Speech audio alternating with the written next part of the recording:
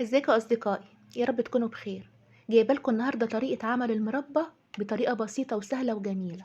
احنا بنجيب الجزر بنغسله ونبتدي نجرده كده بالسكينه الطبقه اللي خارجيه لانها بتبقى مش حلوه، ما بتبقاش نظيفه قوي.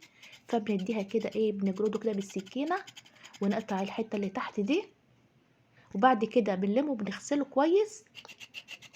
نبتدي بقى نبشره بالمبشره، بس العين الصغيره، العيون الصغيره قوي، دي عشان يبقى شعيرات صغيره مش الكبيره. تمام. احنا بنجرده كده بالسكينة اهوت، وبنشيل الحتة السمرة اللي فيه، وبنقطع الحتة اللي تحت، وهنبشره مع بعض. طبعا مربة الجزر دي جميلة وفيها غذاء وفيتامينات رهيبة، ومهما كان لما تعملي المربى في البيت بايدك تبقي ضمناها، وضامنه حلاوتها ونظافتها، ان انتي غسلاها كويس الحاجة وكده، وضامنه انها سليمة. احنا بنبشرها هي بالمبشرة اليدوي، وشايفين بالعين الرفيعة نازلة شعر رفيع.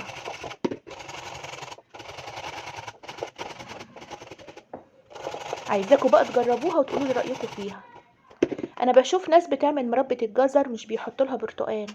لا، ده هي المفروض يتحط لها برتقان، لان البرتقان بيطعم الجزر، بيديله طعم ونكهة حلوة.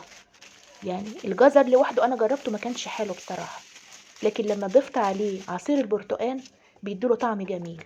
دلوقتي احنا خلصنا اهوت وعلقناها على النار، وحطينا كيس سكر، وبعد كده هنحط نص كمان. هما 2 كيلو يعني اخدوا كيس ونص سكر. طبعا عصير البرتقال ضفته اهوت بعد السكر وبقلبها. هنحط شوية قرفة برضو، وهنحط برضو 4 أو 5 ليمونات. الليمون لما بيتحط عليها مع البرتقال يا خرابي والله بيديها طعم جميل.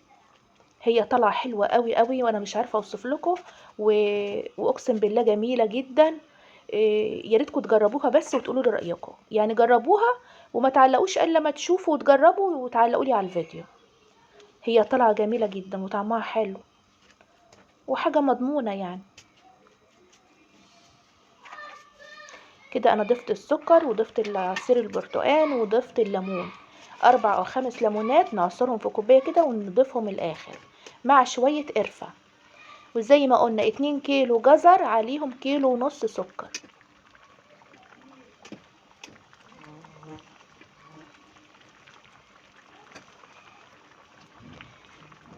احنا هنسيبها لما تشرب البرتقال، وبعد كده هضيف 3 كوبايات مية صغيرين، علشان انا عايزاها يبقى جواها عسل، ما تبقاش ناشفة.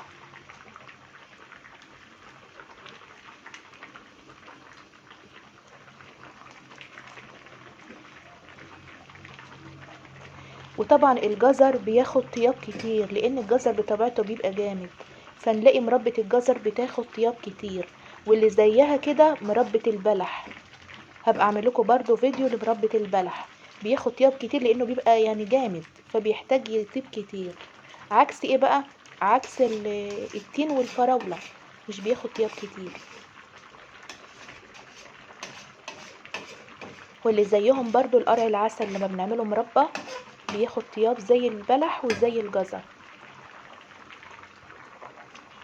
احنا شايفين ابتدت لونها يتغير وابتدت تلف شوية. طبعا في رغاوي انا هشيل شوية، بس انا هسيبها لما تطيب خالص، هشيل الرغاوي الاخر، لان الرغاوي دي بتفسد المربى فلازم نشيلها، خصوصا ان احنا لو قعدناها فترة. لكن احنا الحمد لله بنتخلص على طول، بس برضو يستحسن ان احنا نشيل الرغاوي اللي بتبقى على الوش دي.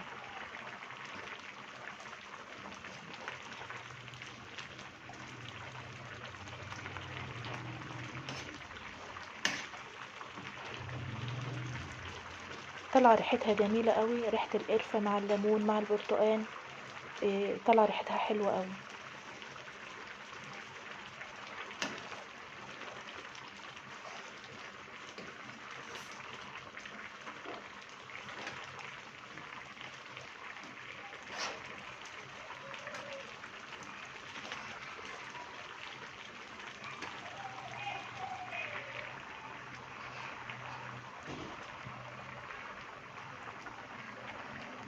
احنا بنشيل الرغاوي شوية بشوية اهو.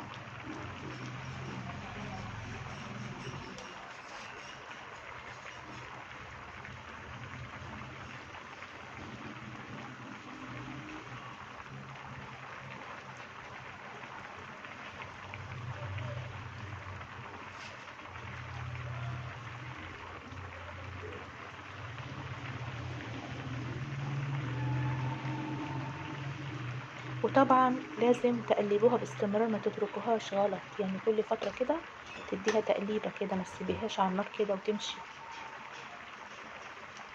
لازم تكوني متابعاها.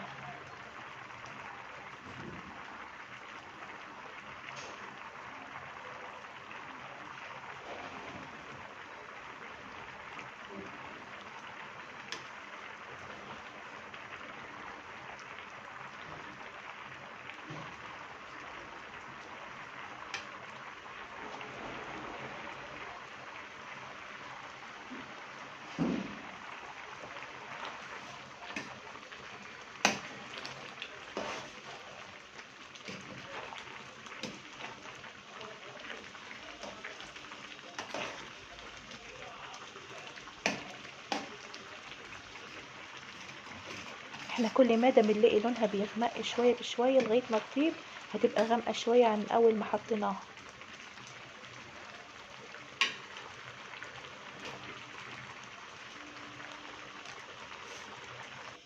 شايفين بقى كده لونها غمق اهي وطابت خالص.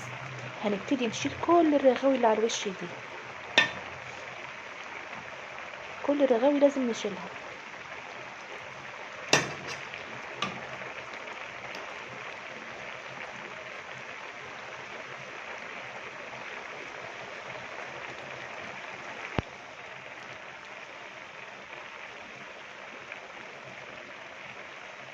واعذروني ان البخار طالع على الكاميرا فمخلي الرؤية مدغشة شوية.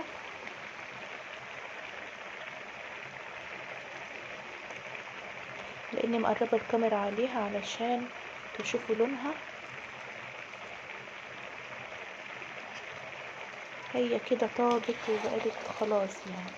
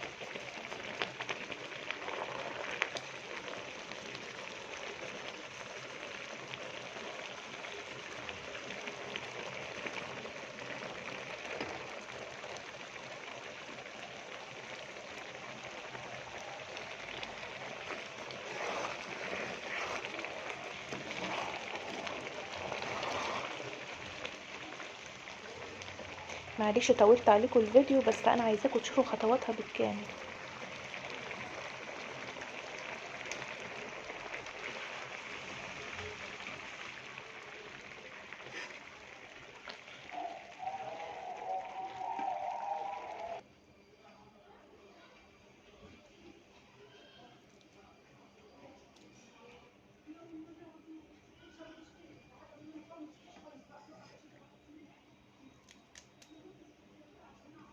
انا كده طفيت عليها بقى لان هي كده طابت خالص اهي معانا. طفيت عليها وهو ده شكلها بقى الاخر غمقت اهي. إيه على فكرة هي مش جامدة، العصير بتاعها تحت، العسل بتاعها تحت، يعني هو راقد تحت العسل، لما بتقلبي بتطلعي عسل من قلبها. هوريكم دلوقتي لما افضلها في طبق هتشوفوا.